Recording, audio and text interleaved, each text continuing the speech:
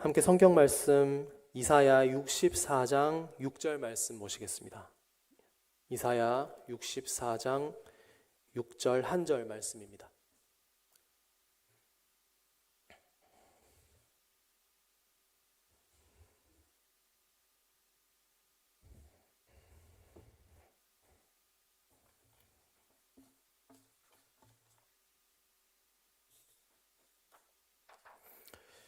64장 6절 한 절 말씀 우리 한 목소리로 읽어보겠습니다.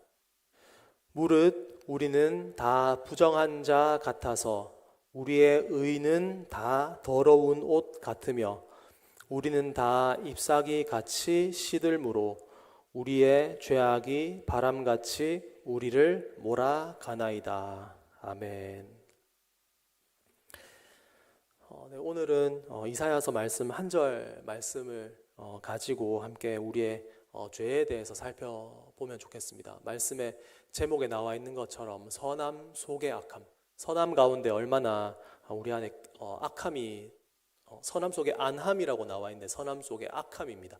선함 속의 악함, 우리의 선함 가운데 얼마나 깊은 악이 자리 잡고 있는지를 다시 한번 생각해보는 시간이 되면 좋겠습니다. 오늘 읽은 이사야 64장 말씀은 이사야 선지자가 이스라엘을 대신하여서 하나님께 회개하며 나아가는 그 회개의 기도 가운데 한 부분입니다.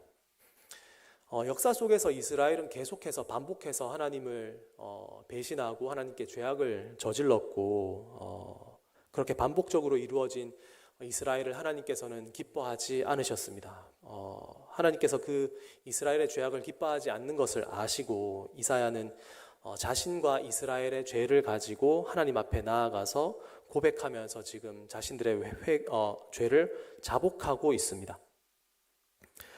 하나님의 은혜와 용서하심을 구하면서 자신이 속한 공동체의 이 죄를 정직하게 고백하는 오늘 이 말씀에서 한 가지 주목해야 할 부분은 오늘 본문의 상반절 부분입니다. 오늘 함께 말씀을 통해서는 오늘 본문의 상반절 부분을 좀 집중해서 생각해 보면 좋겠습니다. 46장 6절 말씀의 상반절 이렇게 나옵니다. 무릇 우리는 다 부정한 자 같아서 우리의 의는 다 더러운 옷 같으며. 여기 말씀을 이제 보시면 아시겠지만 이사야가 우리의 의가 다 더러운 옷 같다라고 지금 말합니다. 우리의 죄를 더러운 옷 같다라고 말하지 않는 것에 주목하시기 바랍니다. 이사야는 지금 우리의 죄가 주님 앞에 너무나 더럽습니다라고 말하지 않고 있고 대신에 우리의 의가 주님 앞에 너무나 더럽습니다. 우리의 의가 주님 앞에 더러운 옷과 같습니다라고 말하고 있습니다. 우리의 죄가 주님 앞에 더럽습니다. 우리의 죄가 더러운 옷 같습니다라고 말하면 납득이 되는데 우리의 의가 주님 앞에 더러운 옷과 같습니다라고 말하는 것이 한편으로는 좀 이해가 되지 않습니다. 이사야는 왜 자신의 죄를 고백하면서 또 이스라엘의 죄를 회개하면서 왜 자신의 의로움을 이렇게 고백하면서 회개하고 있을까요? 죄악의 더러움을 회개하면 되는데 죄악의 더러움을 회개하는 것이 아니라 나의 의, 나의 선함, 나의 좋은 것, 왜 나의 의를 주님 앞에 회개하면서 이렇게 나아가고 있는가? 오늘 말씀의 제목처럼 우리의 선함 가운데도 우리의 의로움 가운데도 죄악이 깊이 자리 잡고 있기 때문입니다. 다시 말해서 우리의 악행뿐 아니라 우리의 선행 가운데에도 죄가 있기 때문입니다. 우리는 흔히 악하다고 생각하는 행동들이 있습니다. 그리고 악하다고 생각하는 그런 행동들을 지을 때 내가 죄를 짓고 있구나, 내가 주님 앞에 잘못을 행하고 있구나라고 생각합니다. 그렇지만 반대로도 우리가 생각해 보아야 합니다. 선하고 의롭다고 여겨지는 행동들, 심지어는 우리가 하나님을 예배한다라고 하는 그 행위들까지도 하나님 앞에 죄로 여겨질 수 있다라는 겁니다. 그래서 지금 이사야는 자신의 죄악의 모습, 하나님 앞에 악행을 행한 것만 회개하고 있는 것이 아니라 자신의 의로움, 선함을 더러운 옷이라고 말하면서 그 선함까지도 주님 앞에 내어놓고 회개하고 있는 겁니다. 이걸 조금 더 쉽게 생각해 볼 수 있을 것 같습니다. 여러분이 여러분의 삶에서 행하셨던 가장 착한 행동을 한번 생각해 보시기 바랍니다. 지금까지 살아오면서 내가 행했던 가장 착한 행동, 또는 이번 주를 돌아보셨을 때 이번 주 안에 여러 가지 생활 속에서 내가 행했던 제일 선했던, 착했던 행동이 무엇인가? 그것이 사람에게 대한 어떤 선행이 될 수도 있고 하나님께 대한 무언가가 될 수도 있습니다. 사람에게 했든 하나님께 했든 내가 행한 무언가 중에 제일 선하다고 생각되는 것이 무엇인지 한번 떠올려 보시기 바랍니다. 어떤 선행을 행하셨나요? 어떤 좋은 일들을 행하셨습니까? 여러분이 어떤 선행을 하셨다면, 어떤 좋은 일을 하셨다면 그 선행을 왜 하셨는지를 한번 생각해 보시면 좋겠습니다. 왜 그 일을 행했을까? 나는 왜 그렇게 말하고 행동했을까?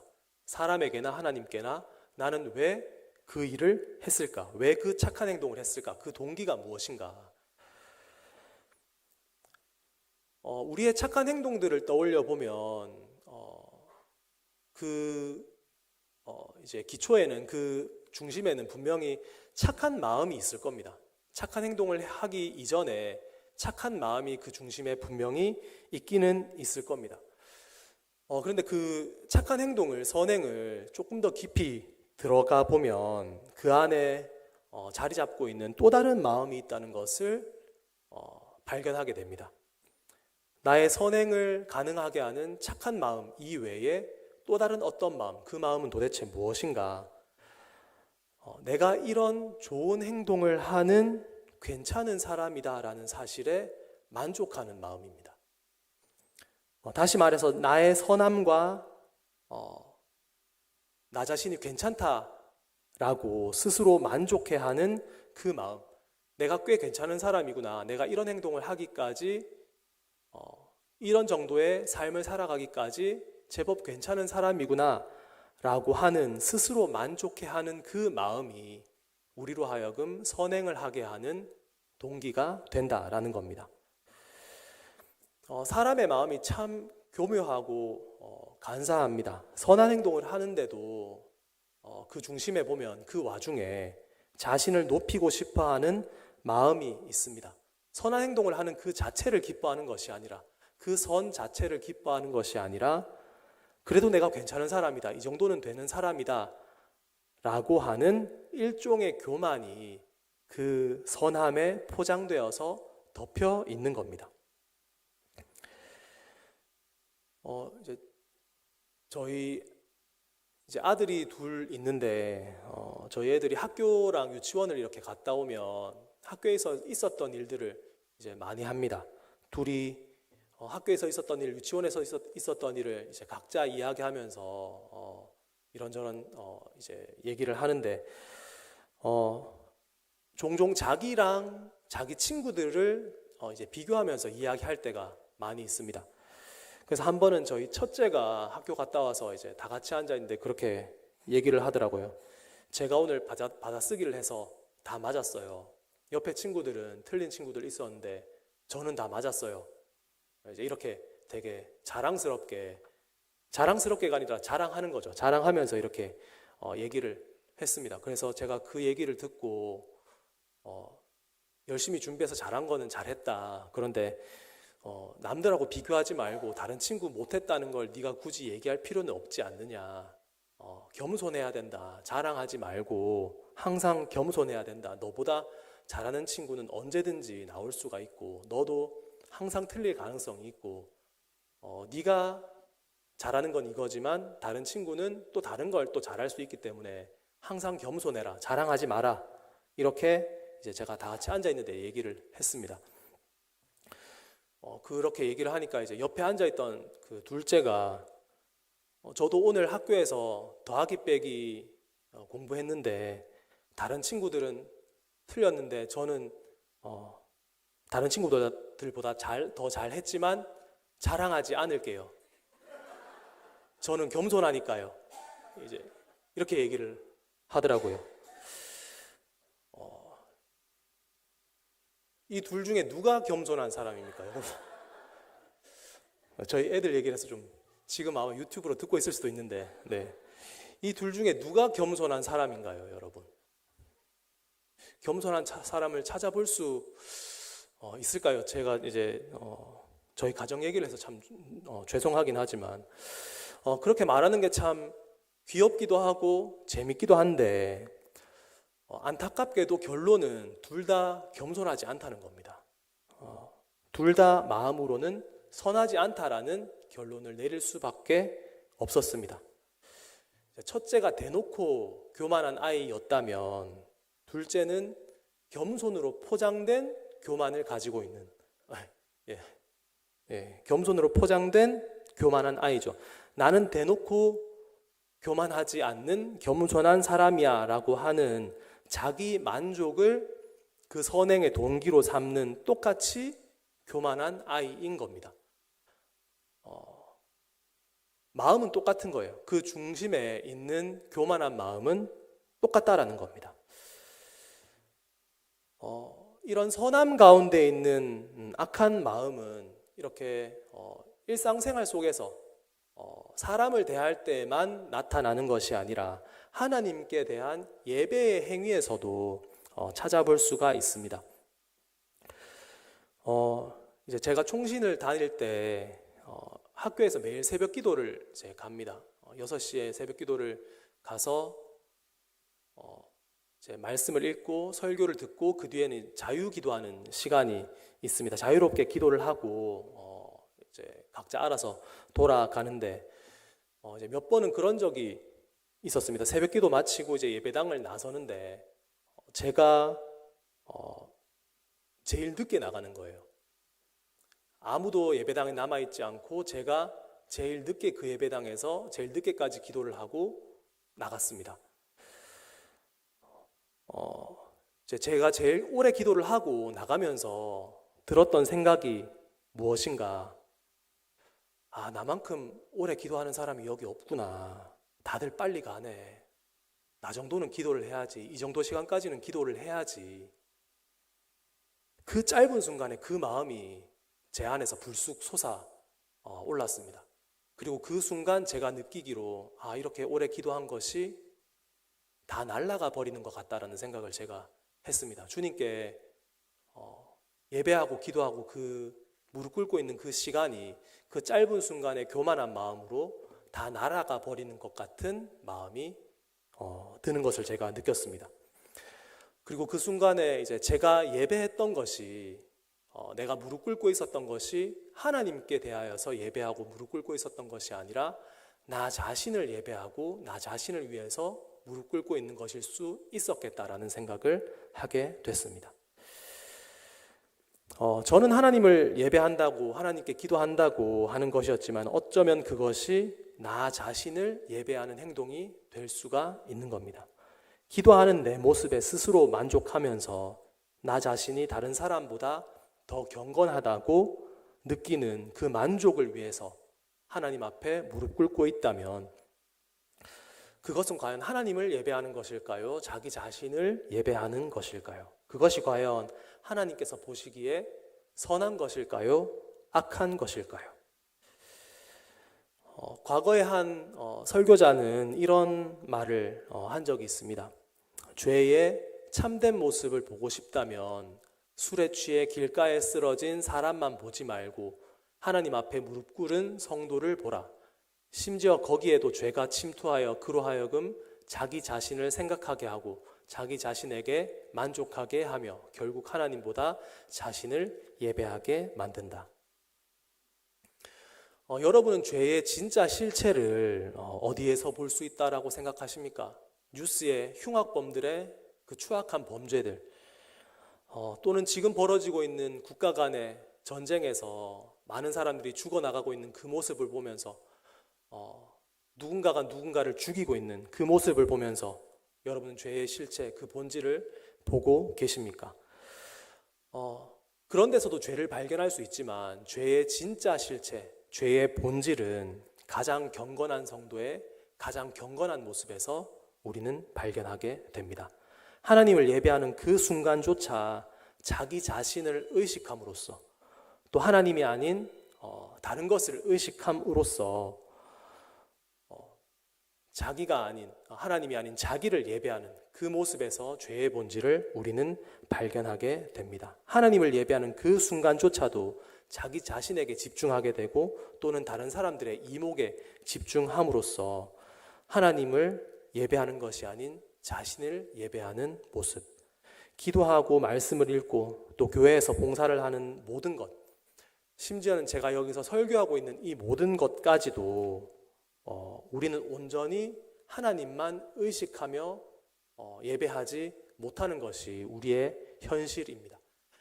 나를 의식하고 또 남을 의식하면서 나의 만족과 다른 사람의 인정을 갈망하는 것, 결국은 순전한 예배를 주님께 드리지 못하게 하는 것, 이것이 죄악의 진짜 추악한 본질이며 또한 죄인된 우리의 불행한 실체인 것입니다.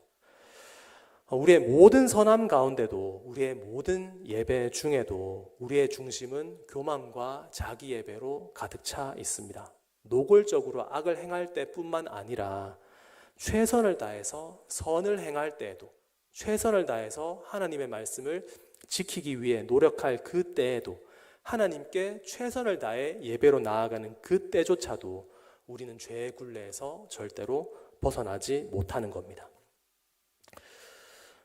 그래서 우리에게 구원자가 필요합니다.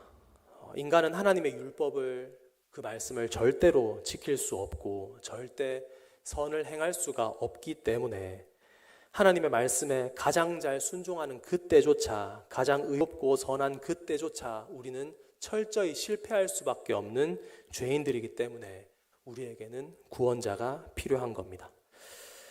오늘 이사야 선지자의 말처럼 우리의 모든 의는 다 더러운 옷일 뿐입니다. 우리의 죄악만이 더러운 옷이 아니라 우리의 모든 의로움도, 우리의 모든 선함도 주님 앞에는 다 더러운 옷일 뿐입니다. 그래서 우리에게는 우리 자신의 의의 옷이 아니라 하나님께서 입혀주시는 정말로 깨끗한 의의 옷이 필요한 겁니다. 우리가 입어야 하는 옷, 하나님께서만 입혀주실 수 있는 그 옷, 그 옷이 바로 예수 그리스도라는 옷입니다. 로마서 13장 14절에는 이렇게 말합니다. 오직 주 예수 그리스도로 옷 입고 정욕을 위하여 육신의 일을 도모하지 말라. 인간이 만들 수 있는 의의 옷은 없습니다. 우리가 만들 수 있는 깨끗한 옷은 없습니다. 아무리 빨아도 우리는 깨끗한 옷을 스스로 만들어내고 입을 수가 없습니다. 인간이 만드는 모든 옷은 더러운 옷일 뿐입니다. 행동으로도 마음으로도 흠없는 삶을 사신 우리 주 예수님, 그분을 우리는 입어야 하는 겁니다. 예수님은 하나님의 말씀을 모두 완전히 지키시는 삶을 사셨습니다. 그런데 그렇게 하나님의 말씀을, 그 계명을 온전히 지키는 삶을 사시면서도 주님께서는 항상 겸손하셨습니다. 내가 이런 삶을 산다, 내가 이 정도로 완벽한 삶을 살고 있다, 그런 교만이나 자기 예배의 모습을 우리 주님께는 우리는 찾아볼 수 없습니다.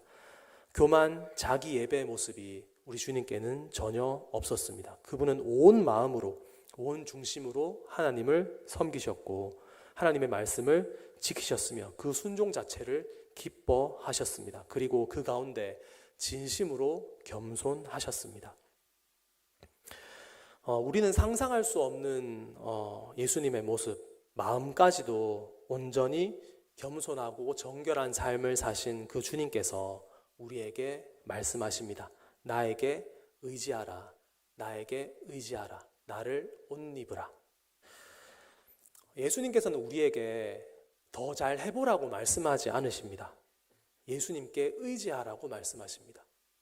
더 좋은 노력을 기울여 봐라, 더 큰 공로를 쌓아보라고 말씀하지 않으십니다. 나에게 의지하라고 주님께서는 말씀하십니다. 너는 결코 그런 삶을 살 수가 없다. 너는 깨끗한 삶을 살 수가 없다. 의로운 삶을 살 수 없다. 결국 잘해보려고 노력해도 다 실패하고 낙심하게 될 것이다. 그 실패함 속에서 나를 붙잡아라. 그 실패와 절망을 이해하는 나를 붙잡아라.